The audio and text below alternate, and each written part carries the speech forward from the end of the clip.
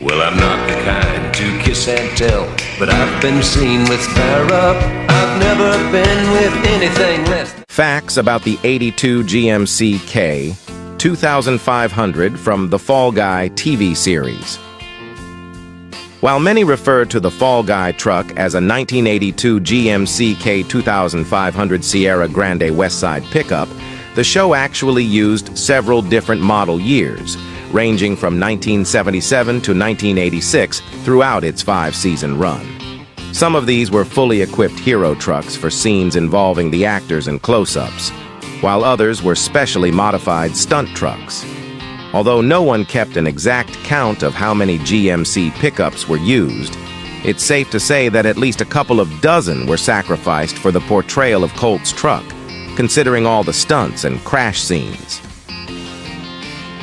Most of the K2500 pickups used in the show were powered by largely stock 350 V8 engines, producing around 165 horsepower, paired with a 3-speed TH350 transmission. All of Colt's GMC pickups were fitted with heavy-duty shock absorbers, suspension lift kits, and oversized Dick Cepek Fun Country tires on aftermarket Stockton 8-spoke chrome wheels. For styling, the trucks featured a chrome single-bar roll bar with dual off-road fog and spotlights, a custom brush guard with a worn 8274 winch, and the iconic Fall Guy Stunt Association hood graphic. One of the most unique features of Colt's GMC pickup was the hidden bay compartment, cleverly disguised as a standard toolbox from the outside. This secret compartment, accessible from both sides of the truck, was integrated into the bed panels, making it very discreet. It had ample space for tools, weapons, or even an apprehended fugitive, quite handy for a bounty hunter like Colt.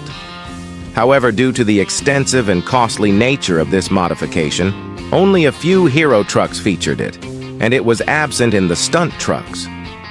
Oddly, the pilot episode of the show is the only one to feature a pre-1981 GMC pickup as the primary hero truck. The dual headlight grille design of the 1980 and earlier models is noticeably different from the quad headlight design of the 1981 and later hero trucks used throughout the rest of the series. The pilot truck also lacked the signature Fall Guy Stunt Association hood decal that became standard on all Colt trucks, both hero and stunt, in later episodes. After the pilot, pre-1981 trucks were relegated to stunt roles, as they were cheaper and more readily available. In the first big jump of one of the early stunt trucks during Season 1, without any axle modifications, the front axle bent so much upon landing that it slammed the axle casing into the ground, busting the differential cover and severely damaging the truck's structure. This essentially destroyed the drivetrain and chassis with each jump. Learning from this, the axles were reinforced for the rest of the first season, but the trucks were still nearly totaled after each stunt. By the end of the second season, the cost and waste of constantly riding off stunt trucks became excessive. To extend the life of the trucks, stunt coordinators relocated the primary weight of the vehicle, the engine and transmission, further back, placing it mid-chassis under the driver for better weight distribution. Despite having beefed-up stunt trucks capable of repeated use, one episode per season still featured obvious and poorly dubbed scale model scenes.